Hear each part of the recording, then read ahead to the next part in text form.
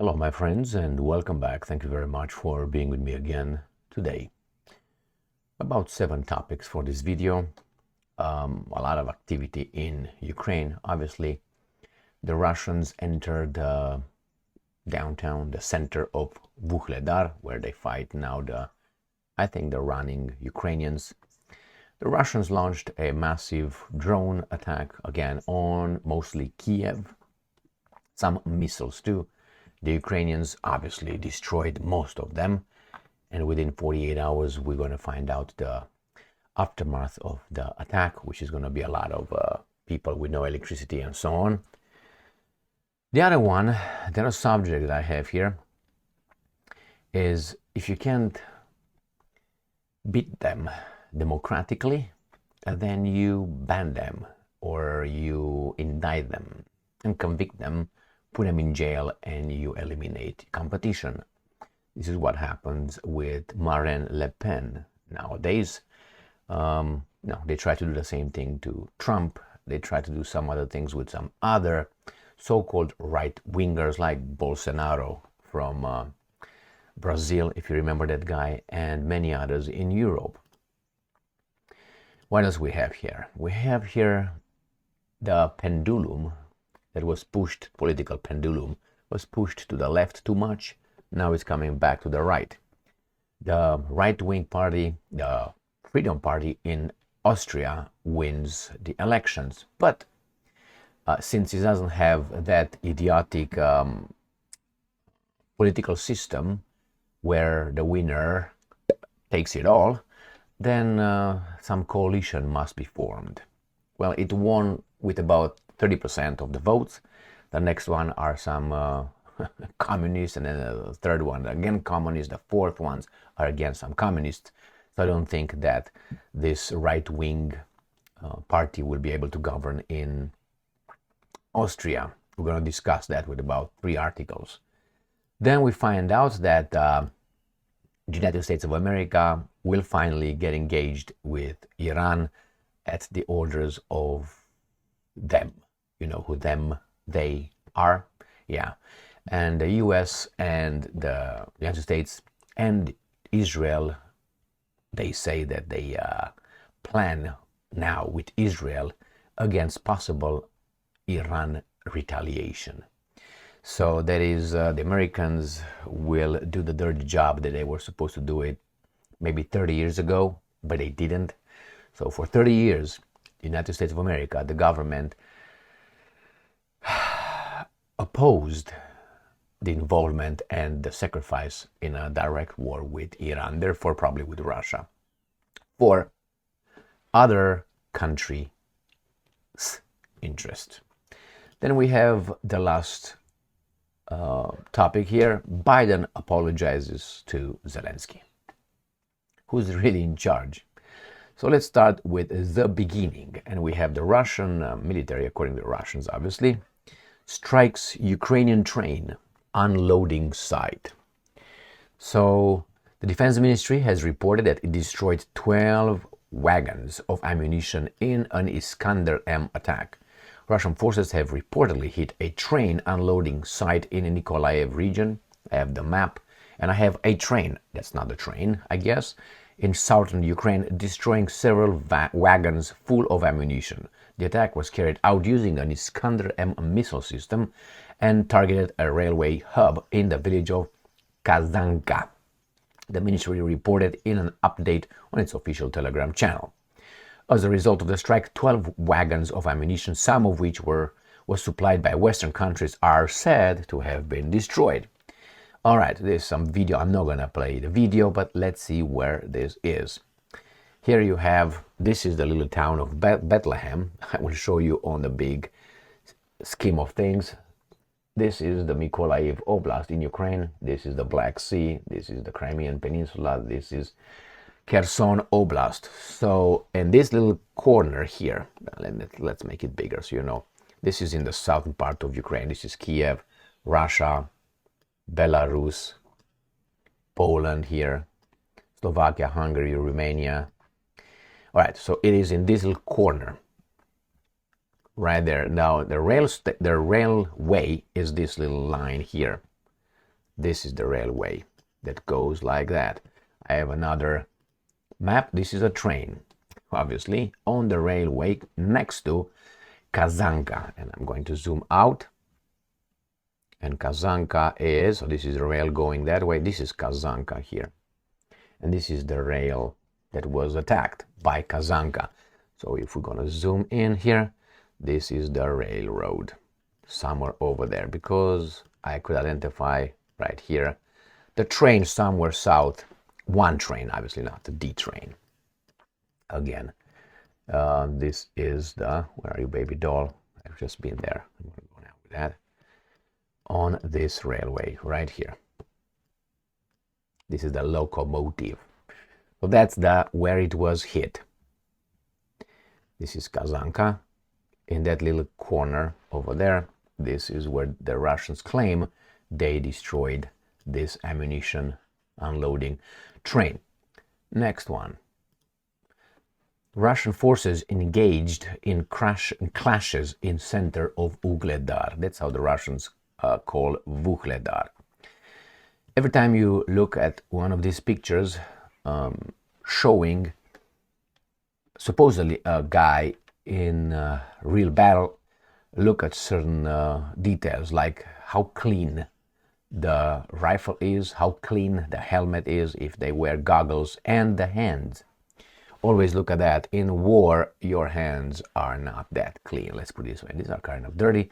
So you can, and again, you have to look at dust, especially on the masks where you breathe. Now, obviously, this is just made for, just to make us read this article and say, hey, look at that fighter. The same here. You see this guy? You should see here dirt. If he was engaged in, and this, because it's humidity, and if you really shoot things, a lot of dust comes around. So nevertheless, the Russian troops are engaged in clashes with Ukrainian forces in the center of Ugledar in the Donetsk People Republic. I will show you where that is.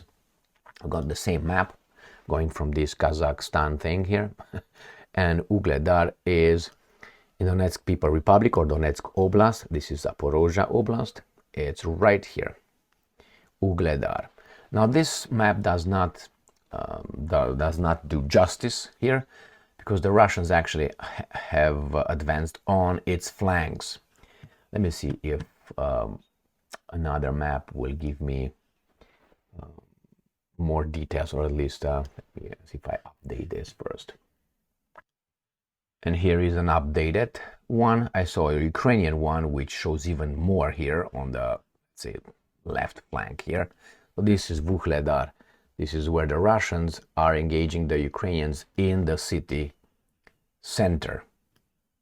This is toast, I would say, already. So the other one is obviously just like this. Our troops, and I'm quoting, have advanced to the city center. Intense fighting continues with our assault forces already in the central area, Rogov said, adding that the Russian military has their control zone in several parts of the city. Well, that's the situation in, yeah, that's a Jeep right there. We don't want that, right? You want to buy the Jeep? I don't want to buy the Jeep. Why? Too much gas. Good car, very good, but so Vuhledar. This is the little town of Bethlehem, right there. Let's move to the next one. This comes from Reuters. I have about 5 articles on this one. Russia launches waves of drone attacks on Kiev, Ukraine's military says. Needless to say, just the debris fall and cause damage, nothing else. Russia launched several waves of drones targeting Kiev early on Monday, with air defense units successfully defending the city during the attack, which lasted over 5 hours. So successfully destroyed everything. Let's see where this is. They defended it with Patriot, buy one, get one, special price, double price. Here is Kiev. This is the attack, where the attack occurred in this region. Now we have next one from Ukrinform. Attack on Kiev lasted over 5 hours. No damage, no, zero. Or casualties reported. That's the key word, reported. Not reported, did not happen.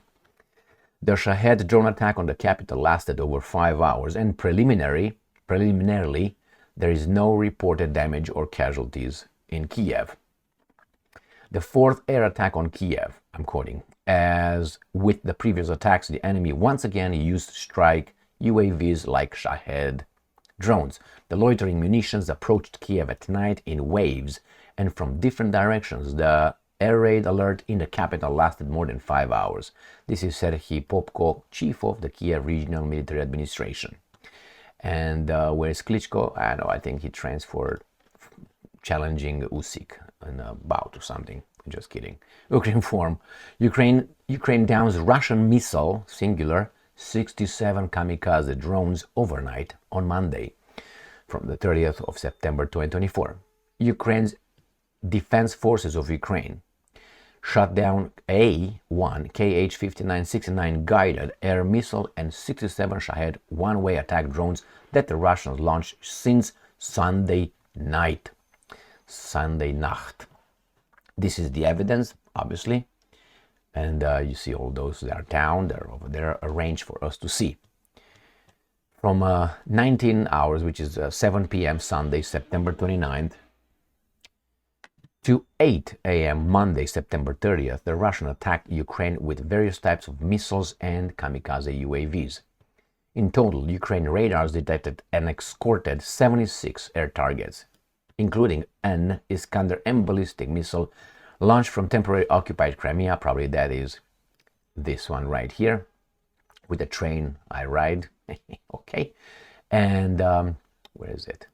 Right here, including an Iskander-occupied Crimea, a Kh-5969 that they downed, air missile from the airspace of temporarily captured part of Zaporozhye region, a Kh-31P anti-radar missile launched from the Black Sea area, and 73 Shahed-type kamikaze drones launched from Kursk, Yeisk, and Orel regions. The attack was repelled in a joint effort by fighter jets, anti-aircraft missile units, electronic warfare teams, and mobile fire groups. The fighter jets are the F-16s, or they're already left home with a tail between their wings. Next one. Ukraine Defense Forces shot down one missile and 67 Shahed UAVs. One drone is still in airspace. Again, these guys are hitting the drones sparingly. And this is the same thing they are reporting in the other article. Next one. This comes from the New Voice of Ukraine, the same article. Let's see if we got anything else. They tell us where they were launched from. Air defense operated in 11 oblasts at night, including Kiev, Cherkasy, Vinnytsia, Kirovohrad, Zhytomyr, Poltava, Chernihiv, Sumy, Kharkiv, Dnipropetrovsk, and Mykolaiv Oblast. Jesus Christ, they're like everywhere. So on the map you can look here: Chernihiv, Sumy, Kharkiv, and it was Poltava, Cherkasy. Then you have Vinnytsia, Zhytomyr. No further than this. So they didn't attack the Polish side part of. Sorry, my fellow Hungarians. I didn't mean to include your Zakarpattia into the Polish territory, future territory. All right, but they stopped here. They didn't go further than Zhytomyr and Vinnytsia. This is the area attacked. So central kind of and eastern part. All right, let's move on. We have Marine Le Pen stands trial over EU money. The former leader of France's right-wing National Rally has rejected claims that the party's MEPs embezzled funds. And no problem, they will tangle you there until they will destroy you. Or at least we'll see what the French nation will do. Right-wing French politician Marine Le Pen appeared in a Paris court on Monday to stand trial over allegations that senior members of the party she formerly headed, the National Rally, embezzled €3 million, $3.3 million in EU funds.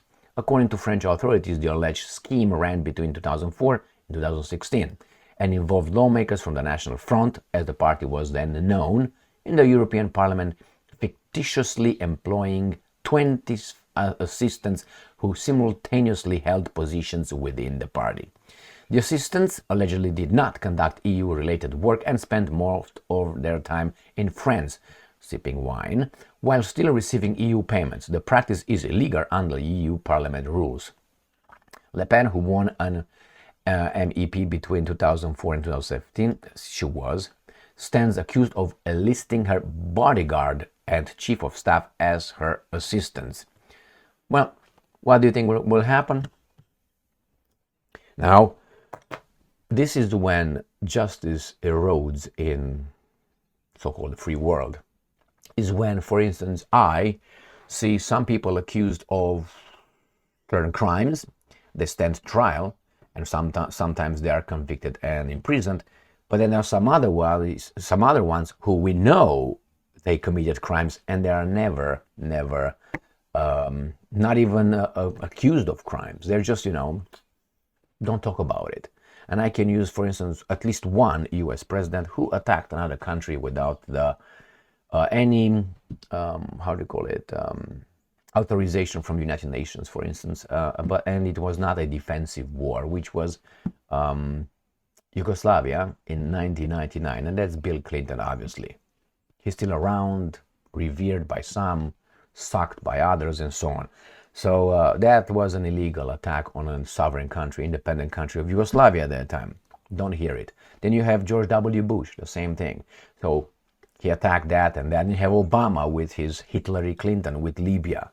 You have this imbecile right now with Ukraine. And these guys are still there. So when, as a person who likes justice, looks at this double tier or double standard, and I look at Le Pen as, okay, she should, be punished, face consequences if she did that.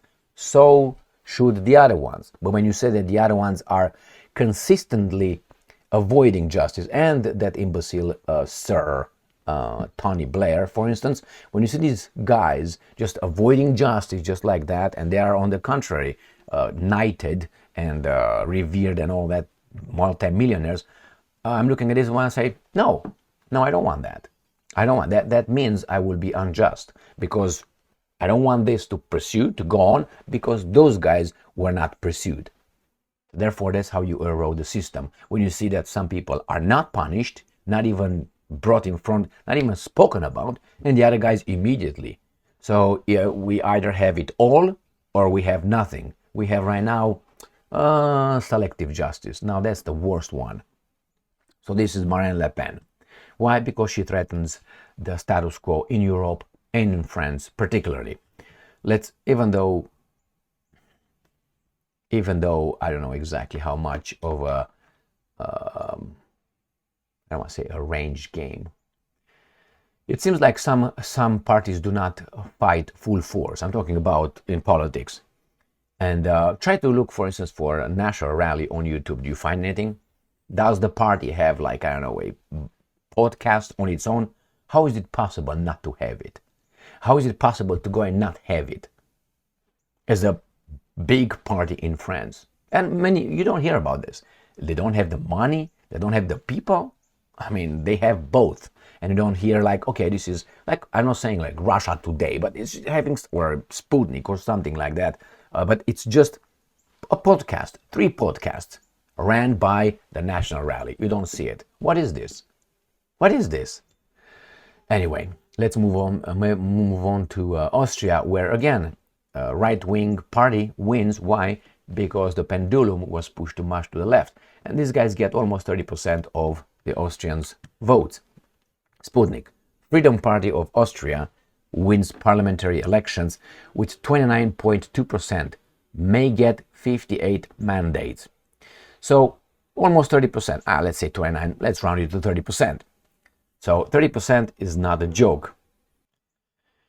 But it's okay. They will probably do the same thing they did to the Alternative für Deutschland in Germany, obviously, where these guys are under constant monitoring by the, how do you call that, Constitution Police, defending the Constitution. They have such a department over there, law enforcement. They can legally infiltrate these parties. In this case is Alternative für Deutschland, if they deem, some judges deem them as extremist.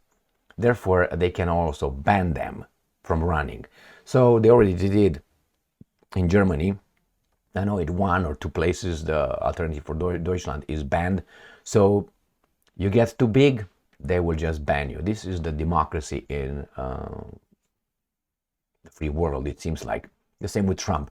Become too good, too big, we're going to create problems to you. With what? With what exactly? All right, let's see what these guys are saying. Let's see the situation here.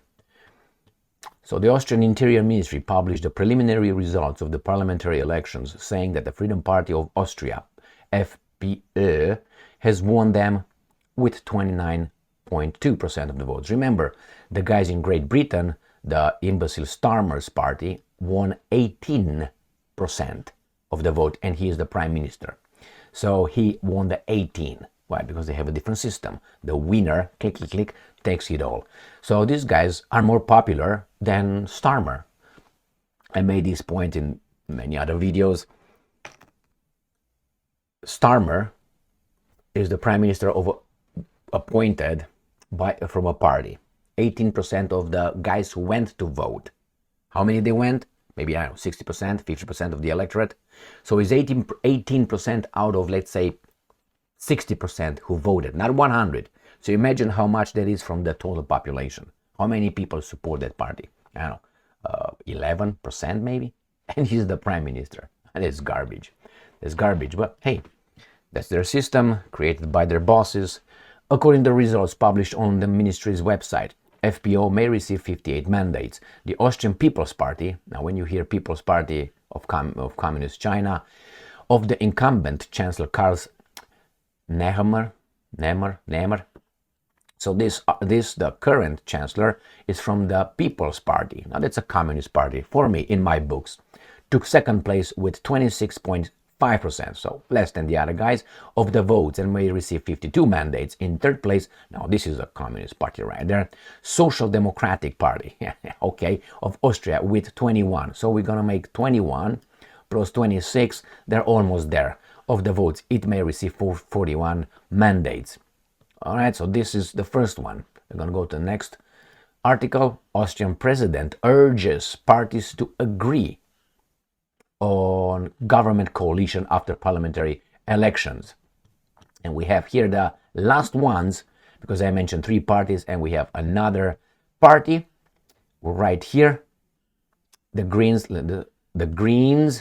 will lose 9 seats to secure 17, while New Austria and Liberal Forum Party will also get 17. So all these guys, I gotta tell you, all these guys from the, where are the baboons? From the People's Party, to the Social Democratic Party, to the Greens, to the New Austria Liberal Forum, all these guys are on the left. Some of them communists, I label them. And these guys, so you have 30% of the Austrians being on the right side and the other one being on the wrong side, left side, my bad. So here we have, how do you think the coalition government will be formed? Will be formed based on the coalition of the communists, and they will do what they do best, ruin countries. Now, a last article on these topics, right-wing triumphs in Austrian elections. The Freedom Party has won its first ever national vote, but it's not going to govern. But will likely find it difficult to form government. I already showed you. Here you have this. The Liberal NSO party is the Greens, came in distant 4th and 5th place with 8.8 and 8.6 respectively. The result comes 3 months after the beep, beep. Okay, so they will not form the government.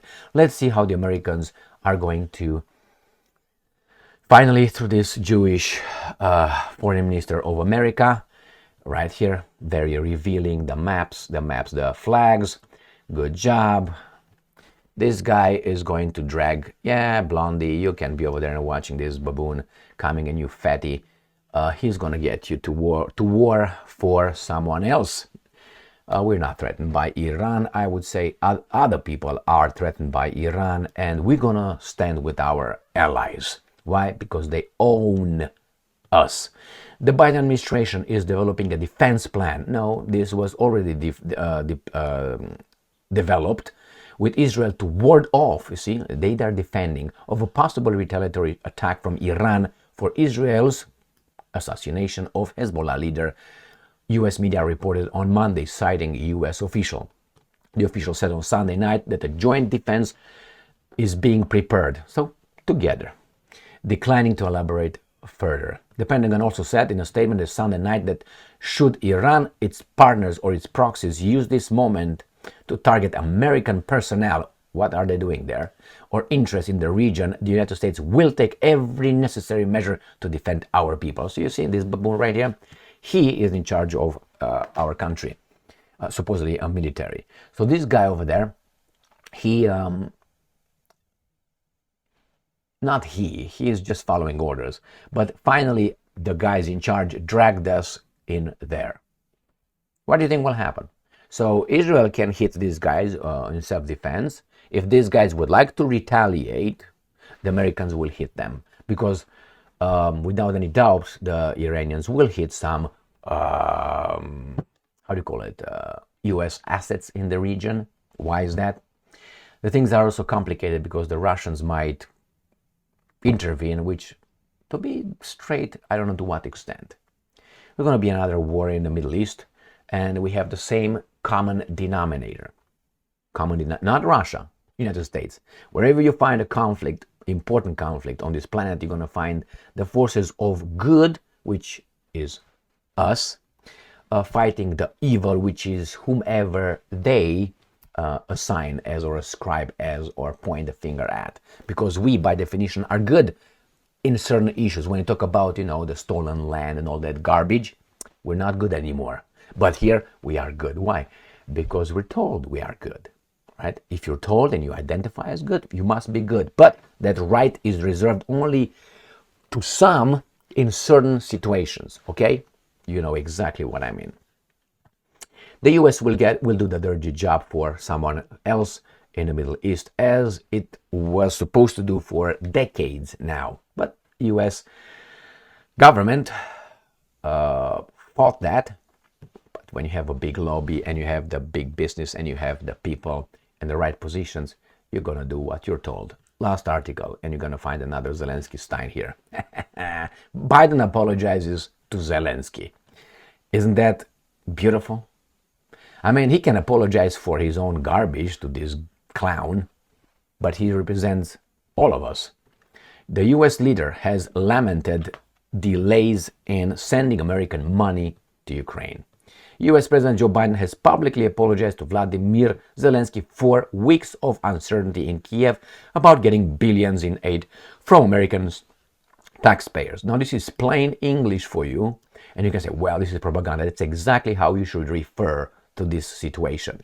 This guy voted, apologizes to a nobody because he didn't send them money enough from us, without asking us. The White House requested $61 billion for Ukraine. This is another Zelensky Stein, as not this one, as this guy right here. And they are very important people somehow. And this a quote from Biden. I apologize for those weeks of not knowing what's going to happen in terms of funding, Biden told Zelensky as they met in France on Friday. The US president criticized, and I'm quoting, some of our very conservative members of Congress for holding up the bill. We're still in completely, thoroughly. We, who's we? The guys in charge of you and I, if you live in America or in Western Europe, the same guys. And Eastern Europe, smaller country, easier to turn around. You don't have a nuclear weapon, you're not independent. You have one, you are independent, or you could be. Look at Israel, look at North Korea. Iran doesn't have a nuclear weapon. So if Iran would have a nuclear weapon, these guys would not talk like that. We're not even there to do anything. But they don't. So they can. They don't talk like that to North Korea, to the woodchuck whatsoever. Why? Because it can them up. Thank you very much for being with me again today. Stay strong, stay smart, look for the truth, and be just.